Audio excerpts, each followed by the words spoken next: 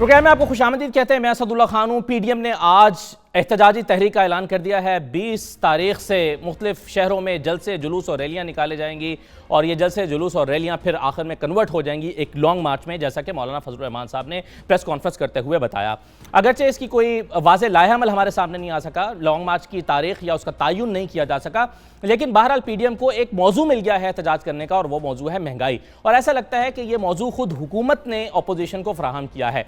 महंगाई के अलावा और भी कुछ मसाइल हैं जो अपोजिशन की आज की जो पीडीएम की मीटिंग थी उसमें डिस्कस हुए, जिसमें ईवीएम भी था, जिसमें ऑर्डिनेंस भी था, उसको भी मुस्तरद किया गया है। इंतखाबी जो इस्लाहात हैं उसको भी मुस्तरद किया गया है। आज क्या क्या हुआ है, हुकूमत के लिए कितना चैलेंजिंग है और हुकूमत क्यों फिक्रमंद हुई है अब अचानक जाकर कि उसने मीटिंग्स करके और महंगाई में कमी लाने के इकदाम उठाने का आज फैसला किया है। इन तमाम चीज़ों में बात करेंगे। वफाकी वजीर अली मोहम्मद खान साहब हमारे साथ मौजूद हैं। अली मोहम्मद खान साहब, बहुत शुक्रिया आपका प्रोग्राम में शिरकत करने के लिए। पहला सवाल मेरा आपसे वही है जो मैं इंट्रो में बात कर रहा था पीडीएम के हवाले से, क्या आपने पीडीएम को खुद एक मौजू फराहम नहीं कर दिया एहतजाज के लिए और क्या उनको एक ईंधन फराहम नहीं किया तहरीक चलाने के लिए?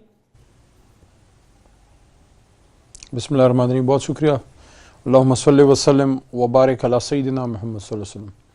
सबसे पहले तो आपको और आपके नाजरीन को, 92 न्यूज़ के नाजरीन को, सबको बहुत बहुत जो है 12 रबीउल अव्वल ईद मिलादुन्नबी सल्लल्लाहु अलैहि वसल्लम मुबारक हो। बहुत शुक्रिया। देखिए, एहतजाज जो अपोजिशन का हक होता है और कोई भी अगर अपोजिशन मुस्ताद अपोजिशन हो तो कोई ऐसा मौका हाथ से जाने नहीं देती। अगर हम जब अपोजिशन में थे महंगाई पे हम बात करते थे। मैं समझता हूँ ये लोग तो बड़े स्लो हो गए हैं, बड़ा लेट हो गए हैं। हुकूमत ने तो इक़दामात भी लेना शुरू कर दिए हैं, अभी तो महंगाई पे कंट्रोल आना शुरू हो जाएगा तो फिर क्या करेंगे। असल में देखें, अवाम समझदार होती है। वो कहते हैं ना कि never under estimate the common sense of an ordinary man, कि आप आम आदमी की कॉमन सेंस को अंडर एस्टिमेट ना करें। ये अपोजिशन करती रही है। ये देखें, आप अपनी पिक एंड चूज पे नहीं मूवमेंट कर सकते हैं, या आप मूवमेंट चलाते हैं या नहीं चलाते। ये जब बीच बीच में इनके मूवमेंट्स बंद होते हैं, फिर स्टार्ट होते हैं, फिर आपस की लड़ाइयाँ शुरू होती हैं। कभी पीपल्स पार्टी को निकालते हैं, कभी आपस में मुस्लिम लीग नून में जो है दराड़ें। मियाँ साहब कुछ कहते हैं, शहबाज साहब, मरियम बीबी कुछ कहती हैं, मौलाना साहब कुछ कहते हैं। तो इन हालात में अवाम महंगाई से परेशान तो ज़रूर है, मैं तो उससे इनकार नहीं कर रहा। हुकूमत उस पर एक्शन भी ले रही है और इंशाल्लाह जल्द आप उसके रिजल्ट्स भी देख लेंगे। लेकिन इन लोगों पे एतमाद वो कैसे करें जो एक दिन तहरीक चलाते हैं, फिर 2 महीने नहीं होते, फिर तीसरे महीने फिर निकल आते हैं, फिर हफ्ते बाद फिर चले जाते हैं। तो कन्फ्यूजन है अपोजिशन की रैंक्स में। तो मैं अगर एक आम पाकिस्तानी हूँ और मैं इस चीज़ में एहतजाज के लिए निकलना चाहूँ तो मैं 2 बार ज़रूर सोचूंगा इन लोगों के पीछे। ठीक है, लेकिन अली मोहम्मद साहब, ये क्या ये दुरुस्त नहीं है कि जब अपोजिशन ने इसको अपना मौजू बनाया है, बिलावल साहब ने जलसा किया है, ये फैसलाबाद में जलसा हुआ है, महंगाई को मौजू बना लिया गया है, तो फिर हुकूमत को इसकी संगीनी का मजीद एहसास हुआ है। और आज असद उमर साहब भी आ गए प्रेस कॉन्फ्रेंस करने के लिए। उन्होंने कहा कि 17.5% से हम खुदनी तेल पर टैक्स कम करके 8% पर ला रहे हैं। जमशेद चीमा साहब ने भी कहा कि जी चीनी, आटा और ये सब चीज़ें सस्ती होने जा रही हैं, इस पर हम लगा रहे हैं। फिर जो है वो शेख रशीद साहब को भी आज आटा चीनी दाल याद आ गया। तो ये क्या हुकूमत के या अपोजिशन के झंझोड़ने से हुकूमत हरकत में आई है? नहीं, मैं तो इससे एग्री नहीं करूंगा, क्योंकि जो ऑयल प्राइसेस में इंटरनेशनली जो बड़ी बढ़ोतरी हुई है और जो अभी हाल ही में इजाफा हमें करना पड़ा है, तो उसकी वजह से जो अवाम को उसका जो असर पड़ा है, हुकूमत को उसका एहसास है और अवाम का जो उनकी नाराज़गी है या उनको जो परेशानी है उसकी बिना पे बहुत यानी कि काफ़ी अरसे से इस पर कोशिशें हो रही थी कि महंगाई को कम किया जाए। लेकिन जिस तरह से ये अभी एक इशू आया है ऑयल प्राइसेस की वजह से, तो प्लानिंग मिनिस्टर साहब ने जो है बताया है कि सब टारगेटेड सब्सिडी दी जाएगी ताकि जो लोअर इनकम कैडर के लोग हैं उनको कम अज़ कम कुछ ना कुछ जो है वो रिलीफ मिल सके। अपोजिशन का अभी तो उनका मार्च स्टार्ट ही नहीं हुआ, ना कोई उनकी कोई कोहेसिव एफर्ट है।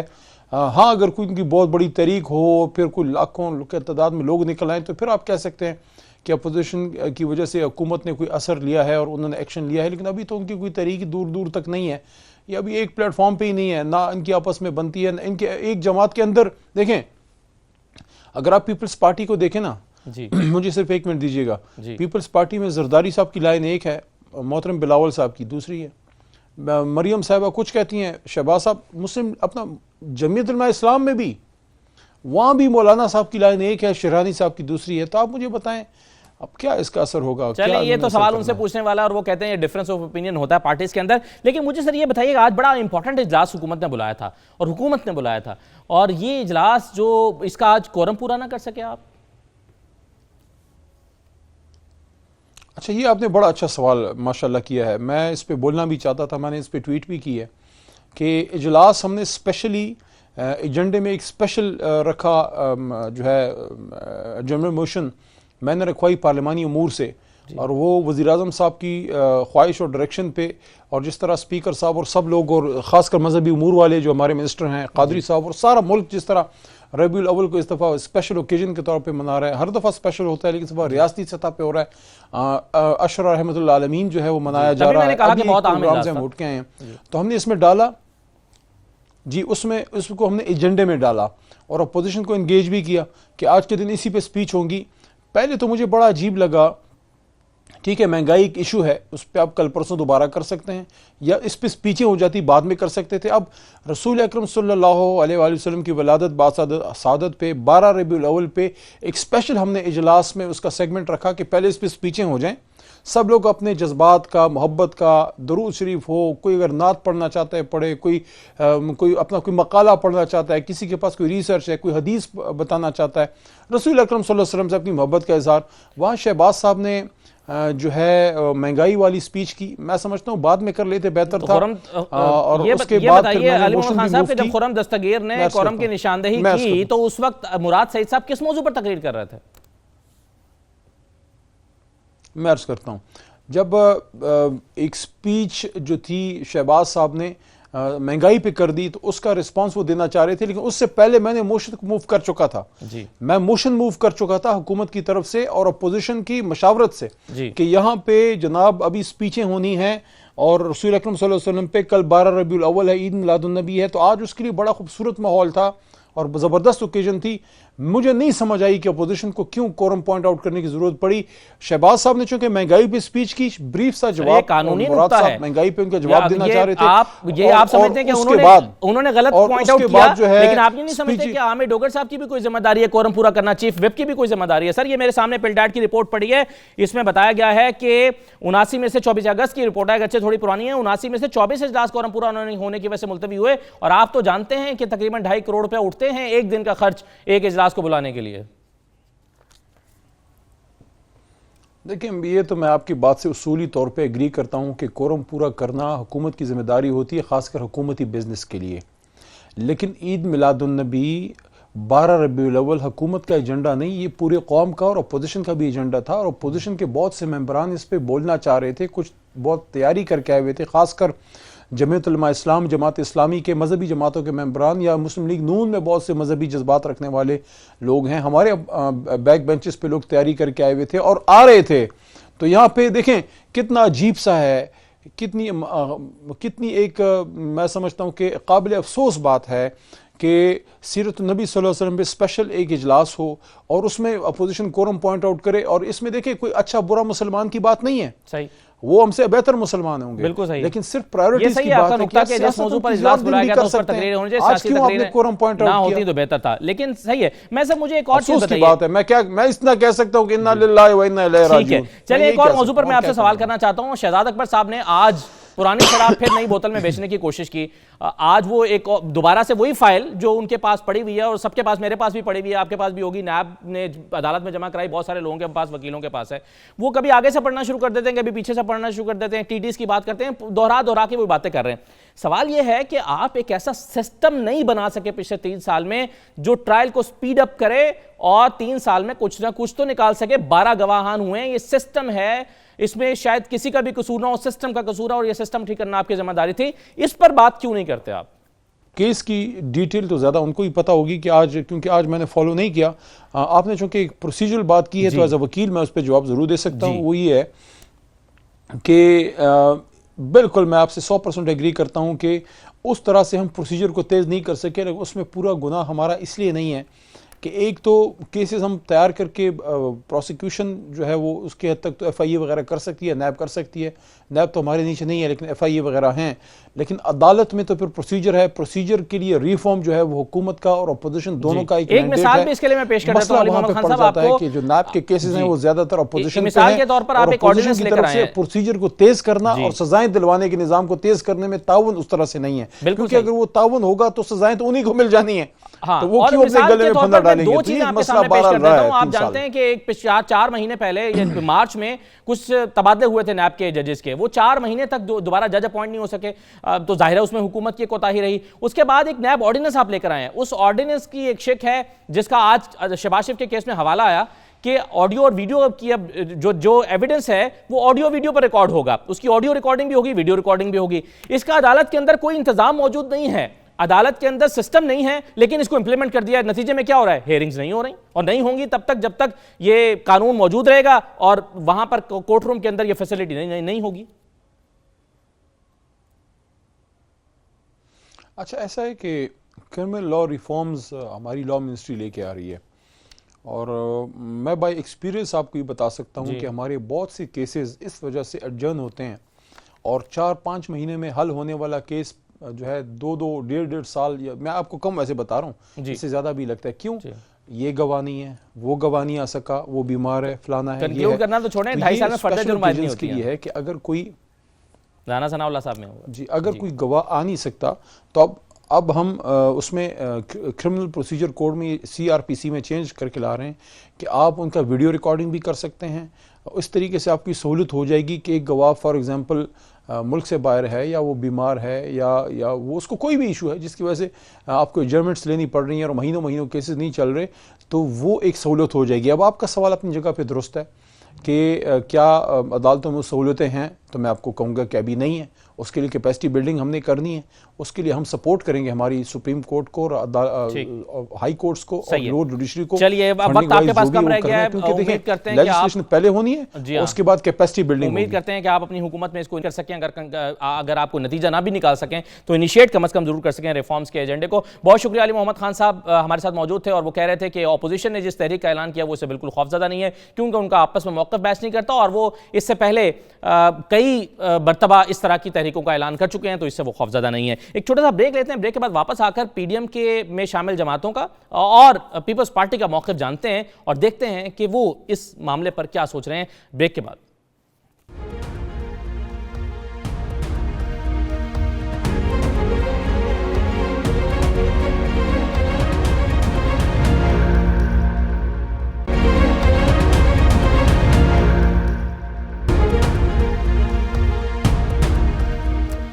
ब्रेक के बाद आपको दोबारा खुशामदीद कहते हैं। आज PDM ने जलसे जुलूस और एहतजाज का ऐलान किया, एहतजाजी तहरीक चलाने का ऐलान किया, लेकिन इसकी वाज़ेह शक्ल अभी हमारे सामने नहीं आई कि ये किस सूरत में होगा, ये किन किन शहरों में होगा, इसको किस तरह से अरेंज किया जाएगा और फिर ये कब लॉन्ग मार्च तक पहुंचेगा। बहुत सारे सवाल PDM के हवाले से हैं। मेरे साथ मुफ्ती अब्दुल शकूर साहब मौजूद हैं, MNA हैं और JUIF के साथ आपका ताल्लुक है। बहुत शुक्रिया मुफ्ती साहब। मैं सबसे पहले तो ये बताइए कि हम पिछले 1.5 साल से जो कुछ सुन रहे हैं PDM के प्लेटफॉर्म से कि एहतजाज होने जा रहे हैं, अब ये हुकूमत घर चली जाएगी, ये उसी का एक तसलसल है? बिस्मिल्लाहिर्रहमानिर्रहीम, शुक्रिया हज़रत। असल हकीकत ये है कि इस हुकूमत की बुनियादी तौर पर कोई पोजीशन नहीं।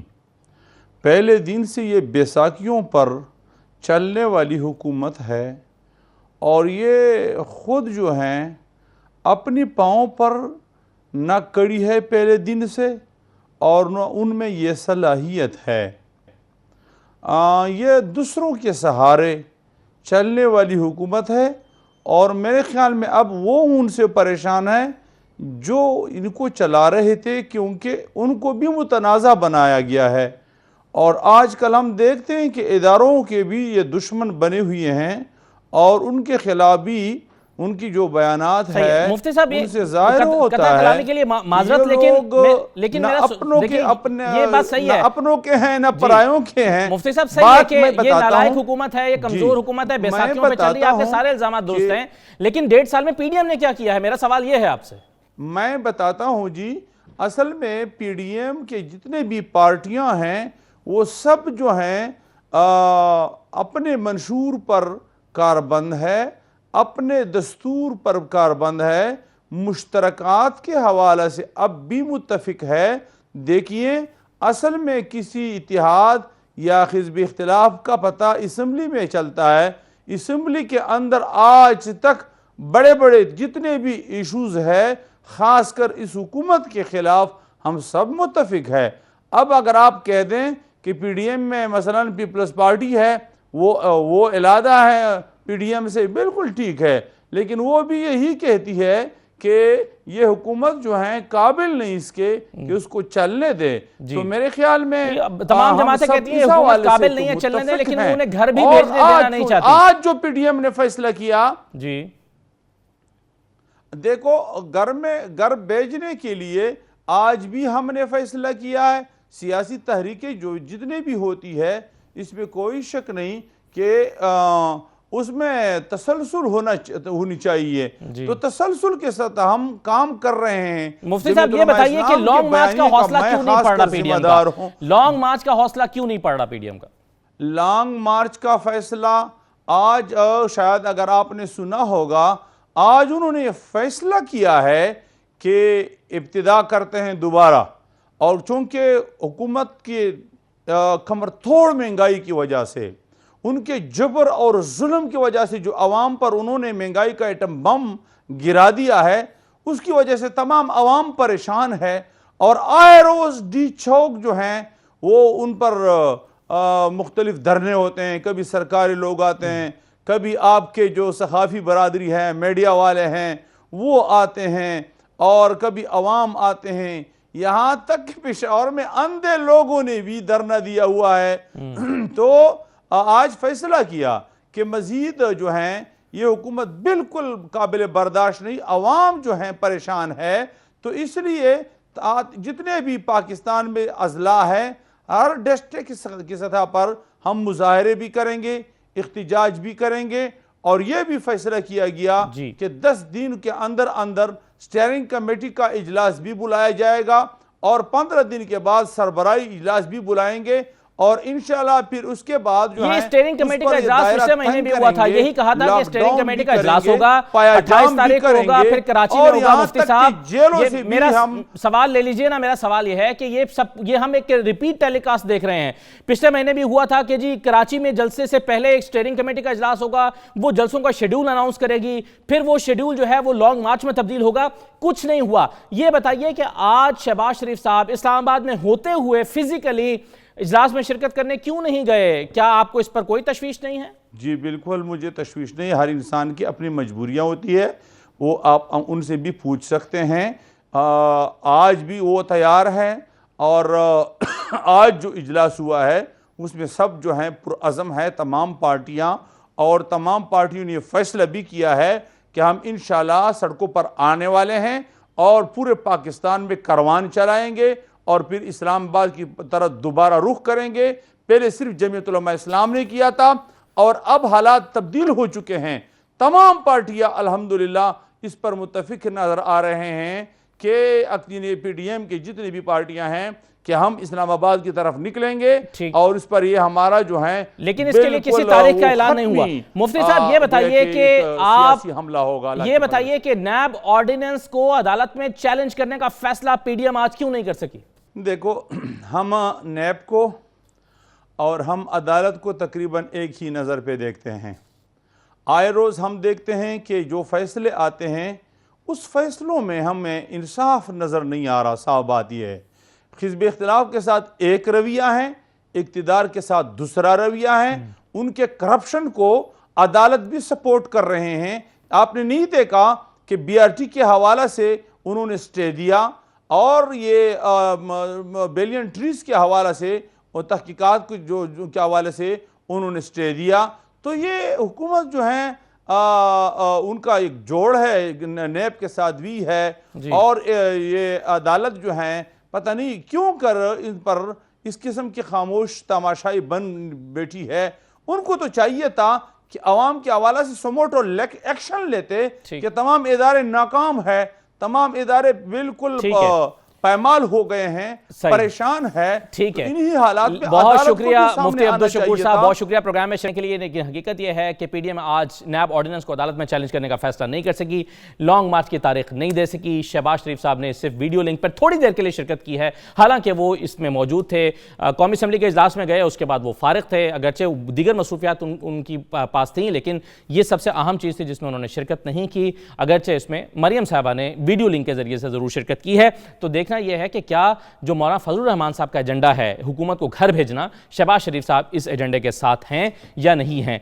बहरहाल हम आगे बढ़ते हैं और बात करते हैं पाकिस्तान पीपल्स पार्टी के रहनुमा नैयर बुखारी साहब से। बहुत शुक्रिया बुखारी साहब प्रोग्राम में शिरकत करने के लिए। पीडीएम ने आज अपनी तहरीक का ऐलान किया और जिस तरह से बताया गया कि बड़ी जानदार तहरीक को लेकर आ रहे हैं, 20 अक्टूबर से शुरू कर रहे हैं, जलसे होंगे, जुलूस होंगे, रैलियां होंगी, पहिया जाम हड़तालें होंगी और फिर एक लॉन्ग मार्च होगा और उस लॉन्ग मार्च के नतीजे में हुकूमत घर चली जाएगी। तो मेला तो पीडीएम लूटने जा रही है, सर पीपल्स पार्टी कहां रह गई? शुक्रिया।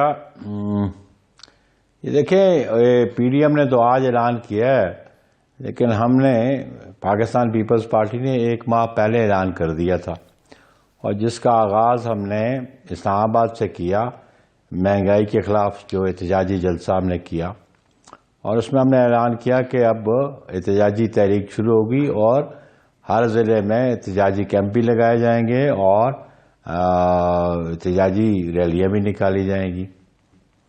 और कल जब योम कारसाज पे चेयरमैन बिलावल की तकरीर बड़े वाज़े है कि हम एहतजाज हर ज़िले में करेंगे और एहतजाजी जलसे भी करेंगे और हम ये भी कंसिडर कर रहे हैं कि हम लॉन्ग मार्च के हवाले से कि हम लॉन्ग मार्च का भी कुछ फैसला हमारी जमात करेगी सीसी की मुशावरत के साथ। और ये जो पीडीएम जो आज कर रही है, ये अगर पीडीएम 25 मार्च का जो पीडीएम में पाकिस्तान पीपल्स पार्टी मौजूद थी, बल्कि मैं जब पीडीएम वजूद में थी, पीपल्स पार्टी और एएनपी के निकलने के बाद पीडीएम का वजूद ही नहीं रहा। ये दीगर जमातों का मजमुआ तो हो सकता है, लेकिन मैं उसको पीडीएम नहीं समझता। तो उस पर अगर ये मुत्तफिक होते तो आज ये हुकूमत घर जा चुकी होती। लेकिन फिर भी उनकी स्ट्रेंथ जो है वो पीडीएम की स्ट्रेंथ पीपल्स पार्टी की तनहा जमात है, चूंकि पीपल्स पार्टी उससे ज्यादा नहीं है उनके पास। चलें 2 बड़ी जमातें और कई और छोटी जमातें भी शामिल हैं उनके साथ। बात स्ट्रेंथ की नहीं है, बात पब्लिक के इश्यूज की है और पब्लिक के इश्यूज पे कौन बात करता है, कौन सी लीडरशिप लीड लेती है और कौन समझता है कि हम इन इश्यूज पे आवाम के साथ मिलके इस हुकूमत से निजात हासिल करेंगे और उनको रिलीफ लेके देंगे। ये कभी इनकी जमात की एक क़यादत खामोशी इख्तियार करती है, कभी दूसरी खामोशी इख्तियार करती है। पाकिस्तान पीपल्स पार्टी तवातर से जो मौक़िफ़ हमारा 20 सितंबर में पीडीएम की बुनियाद रखने पे था, उस पर आज भी कायम है। हमने तो नहीं कहा था इन जमातों को कि आप लॉन्ग मार्च जो 25 मार्च को होना था उसके साथ इस्तीफ़ों को मुंसलिक कर दें। जो बुनियाद बनी लॉन्ग मार्च को मुलतवी करने पर मनसूख करने की, जो बुनियाद बनी पाकिस्तान पीपल्स पार्टी और एएनपी के अलग की, तो ये कौन से मज़ार है इसका? बिल्कुल सही है बुखारी साहब, लेकिन ये बताइए कि जिम्मेदार पीडीएम है, मान लिया, लेकिन क्या पीपल्स पार्टी तनहा हुकूमत को घर भेज सकती है? हम एहतजाज करेंगे, हम अपना हिस्सा जरूर डालेंगे और जो हमारा मौक़िफ़ 20 सितंबर 2020 पे था, हम आज भी उस पर कायम है और हम वो उस चार्टर पे आज भी हम काम करने को तैयार हैं। और वो क्या? अगर ये जमातें जिन्होंने बिला वजह अनेक्स किया रेजिग्नेशंस को, रेजिग्नेशन लास्ट ऑप्शन था, उससे पहले हुकूमत को हम घर भेज सकते थे। और हम समझते हैं कि ये जो डिले हुई है लॉन्ग मार्च की, वो 2 बड़ी जमातें जो उस पीडीएम में मौजूद थी, ये उनकी जिम्मेदारी थी। ये उन्होंने ये सारा काम सर अंजाम दिया है, हुकूमत जो आज भी बैठी हुई है। आपने कहा कि आप लॉन्ग मार्च करेंगे, लॉन्ग मार्च पीडीएम से पहले करेंगे बाद में करेंगे सर? ये हमारी सीसी डिसाइड करेगी, हम डेट खुद देंगे। हम अपनी एहतजाजी तहरीक करेंगे, एएनपी भी हमारे साथ शरीक हो, दीगर जमातें भी शरीक हो सकती है हमारे साथ, लेकिन हमारा मौका है कि जितना जल्द हो सके इस हुकूमत को घर भेजा जाए। अवाम जो है वो बिल्कुल बेबस हो चुके हैं, ना तो वो कुव्वत खरीद रही है, उनकी मुआशी हालत बदहाली में बदल चुकी है। गरीब आदमी रोटी को तरस रहा है, रोजगार को तरस रहा है, मुलाजमत को तरस रहा है। तो इसलिए मैं समझता हूँ कि अब इनका जाना ठहर गया। अब तो ये बताइए सर कि क्या पीपल्स पार्टी पीडीएम से किसी भी सतह पर राब्ते में है? हमारा जो उन्होंने शो का नोटिस दिए थे और हमारा मौक़िफ़ था कि ये हमसे अपॉलॉजी टेंडर करें तो फिर हम सोचेंगे, तो फिर हम अपनी सीसी में लेके जाएंगे। तो अभी तक तो हमारे साथ उन्होंने कोई रुजू नहीं किया। बहुत शुक्रिया नैयर बुखारी साहब प्रोग्राम में शिरकत के लिए। नैयर बुखारी साहब हमारे साथ मौजूद थे। एक ब्रेक लेते हैं, ब्रेक के बाद आजम नज़ीर तारड़ साहब हमारे साथ मौजूद होंगे। कुछ इसी तरह की तीखे सवाल उनके सामने रखेंगे कि आज शहबाज शरीफ साहब ने भी तो इसी ऑर्डिनेंस को बुनियाद बनाकर रिलीफ मांगा है नैब कोर्ट में, इस पर वो क्या कहते हैं। ब्रेक के बाद वापस आ रहे हैं।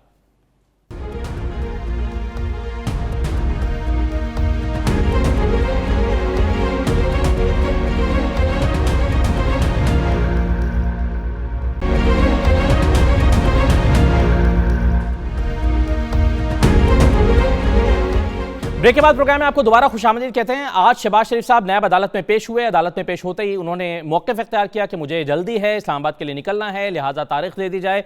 शहबाज शरीफ साहब को तारीख दे दी गई। साथ ही साथ उनके वकला ने यह मौक़िफ़ अदालत में आज इख्तियार किया कि नैब का जो नया ऑर्डिनेंस आया है उसके बाद 9E के तहत, सेक्शन 9E उसके तहत ऑडियो वीडियो रिकॉर्डिंग का सिस्टम अदालत में मौजूद नहीं है, क्योंकि जितना भी अब एविडेंस रिकॉर्ड होना है वो ऑडियो वीडियो के जरिए होना है।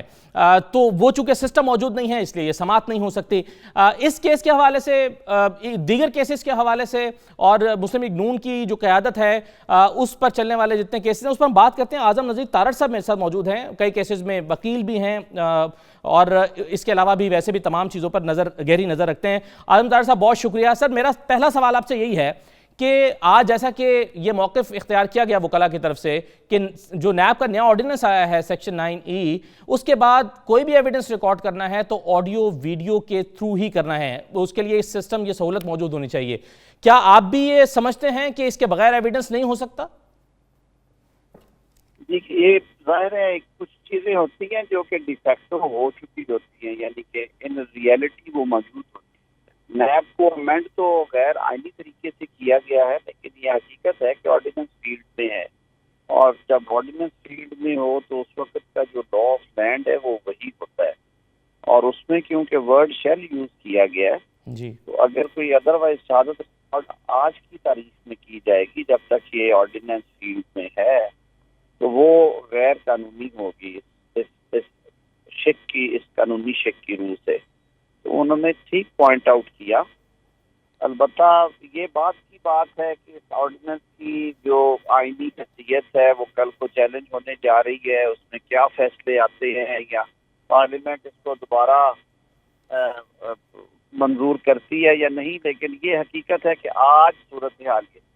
तो आजम तारड़ साहब, इसमें आप जो मुखालिफिन हैं आपके, वो ये कह रहे हैं कि जिन शिकों से आपको फ़ायदा हो सकता है और आपको एक डिले मिल सकता था, आप अपने केस को ताख़ीर का शिकार कर सकते थे, उसको आप अपने फ़ायदे के लिए इस्तेमाल कर रहे हैं और बाकी आप वैसे इसकी मुखालिफत कर रहे हैं, तो ये उसूली मौक़िफ़ तो ना हुआ? ये मुखालिफिन का नुक्ता नज़र है। मुझे तो इस पर हंसी आएगी, क्योंकि किसी केस में भी डिलेइंग टैक्टिक्स की इसलिए ज़रूरत नहीं है कि उसमें तो अभी सैकड़ों गवाहान मौजूद हैं, दर्जनों गवाहान अभी रिकॉर्ड होने हैं, और वो पता नहीं कब जाके उन्होंने मंतकी अंजाम को पहुंचना है। इन केसेस में जो तीनों केसेस हैं शहबाज साहब के खिलाफ या उनके दीगर रुकसाएकार के खिलाफ, मैं नहीं समझता कि ये डिलेइंग टैक्टिक्स है। ये खुद इन्होंने, वो कहते हैं कि ये इनकी शौक की चूड़ियां, हुकूमत ने ये कानून खुद बना के दे दिया। उनके अज़ाइम तो कुछ और हैं, वो तो पपेट जजेस लगा के और एविडेंस रिकॉर्ड करने के तरीके जो हैं चेंज करके, उनकी ख्वाहिश तो ये है कि अपने सियासी मुखालफीन को वो दीवार में चुने, लेकिन मेरा नहीं ख्याल कि ये उनकी ख्वाहिश पूरी होगी। रही बात ये पॉइंट आउट करने की कि आज का जो कानून है उसके तहत ये चीज़ जायज़ है, ये जायज़ नहीं है, ये एक प्रोफेशनल लॉयर की कानूनी जिम्मेदारी है। और जज साहबान जो हैं जी, वो ज़ाहिर है अपना माइंड अप्लाई करते हैं, वो कोई मशीनी फैसले तो नहीं करते, वो कानून देख के करते हैं ना फैसले कि ये हो सकता है, ये नहीं हो सकता है। कोर्ट का खुद ये ख्याल था पिछली तारीख के ऊपर कि ये मुमकिन नहीं, आप पढ़ के आइएगा। आज हमारे वकील ने कहा कि हाँ सूरत हाल यही है, हम आपसे इत्तफाक करते हैं, लेकिन आपको मैं बता रहा हूँ कि पॉलिटिकल पार्टीज जो अपोजिशन में बैठी हैं उन्होंने ये तय किया है कि ये नैब ऑर्डिनेंस चैलेंज कर रहे हैं, और आइंदा चंद दिनों में इंशाअल्लाह उल अज़ीज़ ये मुकदमा। आज बहरहाल पीडीएम का इजलास था, उसमें तो ये फैसला नहीं हो सका कि उसको अदालत में चैलेंज कर रहे हैं पीडीएम के प्लेटफॉर्म से। पीडीएम का फैसला बिल्कुल ये इजलास में नहीं था होना। आपको पता है कि जब कोई कानूनी मुशगाफियां होती है तो उसके लिए एक छोटी सब कमेटी बनाई जाती है। ठीक है, तो अच्छा तार साहब, आपने अभी जैसा कि गवाहान का जिक्र किया, आपने कहा कि दर्जनों गवाहान हैं जो अभी रिकॉर्ड होने हैं। ये बताइए कि इसमें एक केस में एक डेवलपमेंट हुई है, और डेवलपमेंट ये हुई है कि नुसरत शहबाज साहबा उन पर अब चार्ज फ्रेम हुआ है। इसकी अब कानूनी पहलू क्या है कि 110 में से 12 गवाहान के अभी तक बयान रिकॉर्ड हुए थे। अब नुसरत शहबाज साहबा पर फर्द मायद होने के बाद क्या वो 12 के 12 गवाहान भी दोबारा से रिकॉर्ड होंगे जो 2.5 साल में रिकॉर्ड हुए? जी 2.5 साल में तो अब इनकी अपनी मर्जी है ना। नैब ने अगर ये स्पीड रखनी हो कि लोगों की जमानतें रोकने के लिए वो ट्रायल डिले करे, 2.25 साल तो तफ्तीश होती रही है इस केस में, उन्होंने रेफरेंस भी फाइल नहीं किया। तो अब जाहिर है जब उन्होंने प्रोसीडिंग ज्वाइन की है, उन्होंने जल्दबाजी में उनकी बीमारी को पसे कुछ डालते हुए, उनके एज फैक्टर को पसे कुछ डालते हुए, in violation of law and policy उन्होंने ये ट्रायल शुरू कर दिया था। अब जाहिर है जब कोर्ट ने ऑर्डर किया और ये अदालत आलिया ने केस डिमांड किया था कि आप उनसे कानून के तहत फर्द जुर्म आयद कर सकते हैं और उनकी एब्सेंस में उनका प्लीडर के जरिए हो सकती है, तो जाहिर है अब उसको दोबारा रिकॉर्ड करना पड़ेगा। ये वैसे ही आपने देख लिया जो इस तफ्तीश के साथ लंदन में जो हशर हुआ है एक न्यूट्रल जगह पे, उसके बाद और जो लाहौर हाई कोर्ट के 5 जज साहबान ने जब मियां शहबाज शरीफ को जमानत दी, उन्होंने जो लिखा इस केस की जो हकीकत खोली, उसके बाद मेरा नहीं ख्याल कि इस केस के पल्ले कुछ है। सही है, चलें वो तो अभी जमानत हुई है सर, ट्रायल तो बाकी आप जानते हैं इसके कानूनी तौर पर तो अब सबसे ज़्यादा सर एक तासुर ये है कि जो ट्रायल है वो स्लो चल रहा है और इसको आपने जाहिर है जमानत लेने के लिए भी इस्तेमाल किया। हम देखते थे कि वहाँ पर जमानत के लिए उसको आर्गूमेंट के तौर पर इस्तेमाल किया कि भाई इनका क्या कसूर है, ट्रायल स्लो चल रहा है। ये ट्रायल स्लो के हवाले से प्रोसिक्यूटर का ये ख्याल है कि इसमें शहबाज शरीफ और उनकी कानून टीम भी रुकावट है। जैसे आज भी शहबाज शरीफ साहब ने पेश होकर कहा कि जी मैंने इस्लामाबाद जाना है, मैं 1 घंटा भी नहीं ठहर सकता, मुझे फौरन तारीख दी जाए, और वो तिलावत से भी पहले रोस्टम पर चले गए और तारीख उन्होंने 5 मिनट के अंदर अंदर ले ली। तो क्या इसमें आप नहीं समझते कि दूसरी साइड का भी ताखीर का शिकार करने में कुछ ना कुछ रोल जरूर है? जब ट्रायल जज ने पिछली तारीख पे आज से 8 दिन पहले कह दिया कि आप पढ़ के आइएगा कि आया जो मैं बात कर रहा हूँ वो दुरुस्त है या गलत है, कानून में वो लिखा है कि ये एविडेंस अब रिकॉर्ड नहीं हो सकती। जब एविडेंस रिकॉर्ड नहीं होनी तो शहबाज शरीफ साहब ने सेल्फियां बनवाने के लिए तो नहीं था रुकना ना, वहाँ पे प्रोग्रेस हो नहीं सकती। ये जज साहब का अपना हुक्म है, शहबाज शरीफ की ख्वाहिश नहीं है प्लीज। और ये देखिएगा अगर ये बात गलत है, आप उनकी पिछली तारीख की जो टीवी रिपोर्टिंग और अगले दिन अखबारात की रिपोर्टिंग है वो जरूर पढ़िएगा। जी मैं सर मैं अर्ज करता हूं कि आपसे मुलाकात भी होती है और मैं नैब के केसेस में खुद वहां पर जाके ऑब्जर्व करता हूं और आज की हेयरिंग पे भी मैं खुद मौजूद था। और नुक्ता मैं सिर्फ वाज़ेह करना चाहता हूं कि एक कोर्ट में जिसमें नसीम विरक साहब थे मनी लॉन्ड्रिंग के केस में, उसमें यह आर्गूमेंट नहीं लिया गया था, उसमें सिर्फ मुझे इस्लामाबाद जाना है वाला आर्गूमेंट लिया गया और तारीख मिल गई। जो दूसरा आशियाना का केस था जिसमें साजिद साहब थे, जज साजिद साहब, वहां पर दूसरा आर्गूमेंट लिया गया था। तो एक अदालत में आर्गूमेंट नहीं लिया गया। आज मैंने खुद इसको कोर्ट के अंदर मौजूद था, कमरा अदालत में। आप बिल्कुल सही कह रहे हैं, लेकिन मैं आपको पिछली तवारीख का अहवाल बता रहा हूँ। देखें वो दोनों अकाउंटेबिलिटी कोर्ट्स हैं। ये मुमकिन है कि एक जज कानून को इग्नोर करे और दूसरा कानून की पासदारी करे, ये तो मुमकिन नहीं है। ये पिछली डेट्स पे ये आर्गुमेंट हो चुका है। ठीक है, हमने कहा था कि हम फायदा नहीं लेना चाहते इस कानून का। नहीं, उन्होंने कहा कि आपका फायदा लेना या ना लेना जो है वो रेलेवेंट नहीं है। रेलेवेंट ये है कि एविडेंस रिकॉर्ड करने का तरीका तब्दील कर दिया गया। वो क्या बदध्यानती से हुकूमत ने। राइट सर, मैं तारड़ साहब मैं माजरत चाहता हूं, मुझे वक्त की किल्लत आ रही है। हालांकि मैं आपसे मॉडल टाउन में जो JIT का मामला है उस पर भी बात करना चाहता हूं। राना सनाउल्लाह साहब के फर्द जुर्म 2.5 साल में आयद नहीं हो सकी, उस पर भी बात करना चाहता था। अगर आप दोबारा मैं आपको ज़हमत दूंगा 1-2 दिन के बाद, ताकि हम इस पर भी सैर हासिल गुफ्तगू कर सकें, क्योंकि बहुत सारे पहलू ऐसे हैं जिस पर बात होना बाकी है। बहरहाल बहुत शुक्रिया आपका प्रोग्राम में शिरकत करने के लिए। मैं एक छोटा सा ब्रेक ले रहा हूँ, ब्रेक के बाद वापस आएंगे तो हम बात करेंगे लाहौर में स्मोग जैसी कोई चीज नजर आ रही है जिसको हेज कहा जा रहा है। स्मोग और हेज में क्या फर्क है, इस पर हम गुफ्तगू करते हैं। और ये क्या उतनी ही डेंजरस है, ये क्यों पैदा हो रही है और आवाम को क्या करना चाहिए, तो इस पर गुफ्तगू करेंगे। एक छोटे से ब्रेक के बाद वापस आते हैं।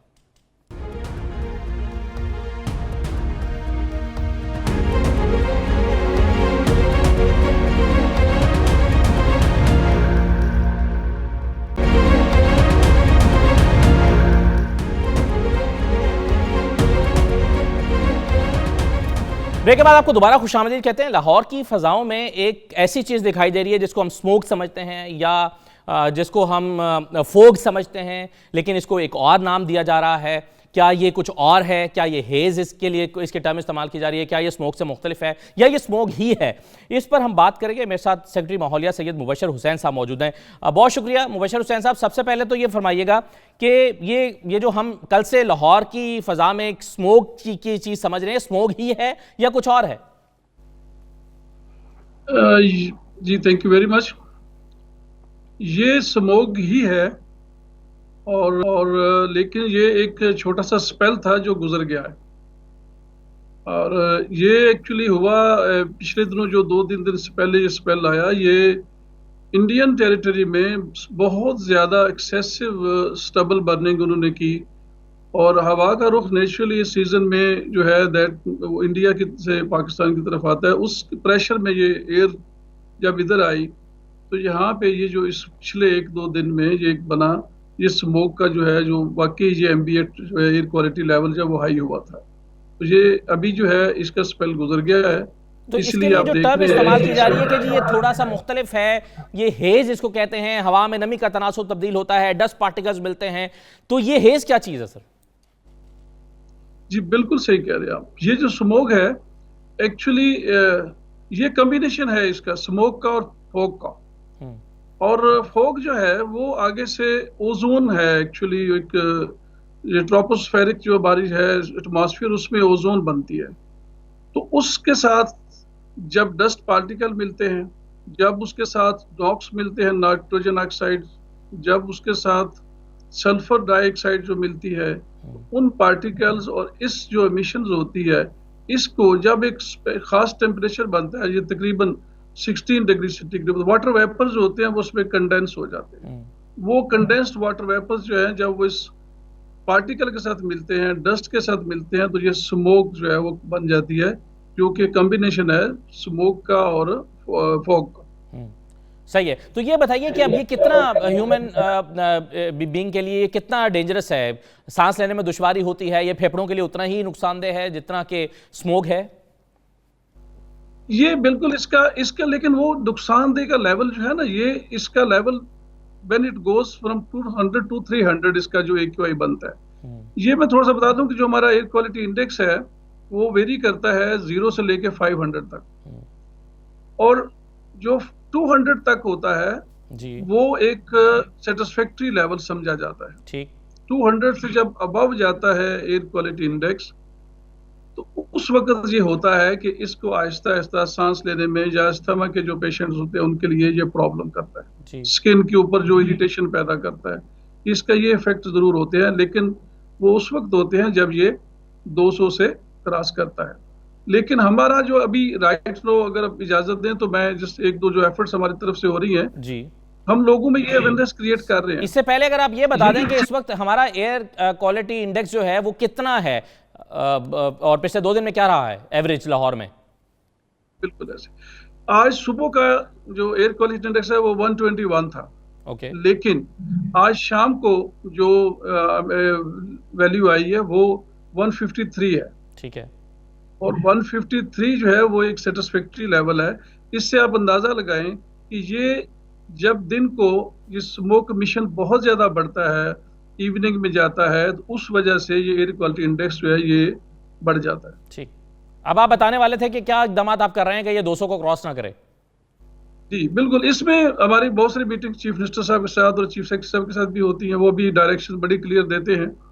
हमने इसमें जो है 144 लगाई हुई है स्टेबल बनने के ऊपर, बाकी मामलात के ऊपर, ताकि कोई भी जो एक्टिविटी कर रहा है, हर डिपार्टमेंट जो है, एनर्जी डिपार्टमेंट, इंडस्ट्री है, ट्रांसपोर्ट है, हम एनवायरनमेंट वाले, सबकी टीम्स बनी हुई है। हर डिस्ट्रिक्ट में एंटी स्मोक कमेटी बनाई हुई है गवर्नमेंट ने। तो जितने भी वो मुसलसल they are round the clock वो इंस्पेक्शन करते हैं। तो सर जो लाहौर में जो रात में रिश्वत लेकर इजाज़त देते हैं टायर जलाने की, या उनको नहीं पकड़ते, या जो चलाती हैं ऐसी फैक्ट्रियां जो टायर जला के अपनी एनर्जी पैदा करती हैं और अपना काम चलाती हैं, इसके लिए कोई बड़े पैमाने पर कोई लॉन्च हो रही है हुकूमत की तरफ से ऐसी कैंपेन कि ऐसे करप्ट अफसरान को पकड़ा जाए जो ये इजाज़त देते हैं पैसे लेकर, रिश्वत लेकर? जी बिल्कुल, इसके ऊपर तो बड़ी सख्त इंस्ट्रक्शन है। बाकी जो सिर्फ हमने लाहौर की बात की, तो लाहौर में हमारी एनवायरनमेंट डिपार्टमेंट की जो है 7 टीमें हैं। हमने पिछले 1 हफ्ते के दौरान तकरीबन 14 के करीब जो फैक्ट्रीज हैं जो इस तरह इवन रात को छापे मार के उनको सील किया है, और बाकी जो फाइन किया है वो भी काफी हैवी फाइन किया है। हाई कोर्ट ने हमें परमिशन दी हुई है कि जो इंडस्ट्री है स्मोक कमीशन कर रही है ये ब्रिक किलर्स के ऊपर, इसको 50,000 से लेके 1 लाख तक फाइन करते हैं हम। तो ये हमारी टीमें जो है वो सिर्फ ये नहीं कि दिन के वक्त घूमती हैं, वो शाम को भी रात को भी जहां जहां पे भी इंफॉर्मेशन आती है वहां पे जाती है। ये बताइए कि आवाम को अपने तौर पर क्या एहतियाती तदाबीर इख्तियार करनी चाहिए ताकि वो इसके मुज़र असरात से बच सकें? बहुत बहुत अच्छा सवाल किया आपने। ये जो स्मोग है ये मैं थोड़ा सा अर्ज करता चलूं कि ये इसके दो सोर्सेज है। एक नेचुरल सोर्स है, जिस तरह टेम्परेचर डाउन हो जाता है उस पर कंट्रोल नहीं है। कुछ इसके सोर्सेज है जो ह्यूमन मेड है। अब ह्यूमन मेड में ये है, ये स्टबल बर्निंग है, आप इस चीज को आग ना लगाएं। ये बाकी जो है डस्ट के लिए गाड़ियों का जो धुआं है उस राशार में ना उसमें बाहर निकले। इसके लिए जो जब तक भी ये कम्युनिटी पार्टिसिपेशन नहीं होगी, इसकी वो साथ नहीं चलेगी, उस वक्त तक ये इसका वो इफेक्ट नहीं आएगा। लेकिन अगर कम्युनिटी साथ चलेगी, लोगों में ये अवेयरनेस पैदा होगी जो गवर्नमेंट चाह रही है। अभी जो हम सरकार जो थोड़े बहुत ये हम छापे मार रहे हैं, चीजों को बंद कर, ये भी एक उसी अवेयरनेस कैंपेन का हिस्सा है। तो अगर ये लोग पार्टिसिपेट करेंगे, इसमें गवर्नमेंट साथ देंगे, तो इसका जो आउटकम है, जो इफेक्ट है, वो तो कई गुना बढ़ जाएगा इसकी बेहतरी के लिए।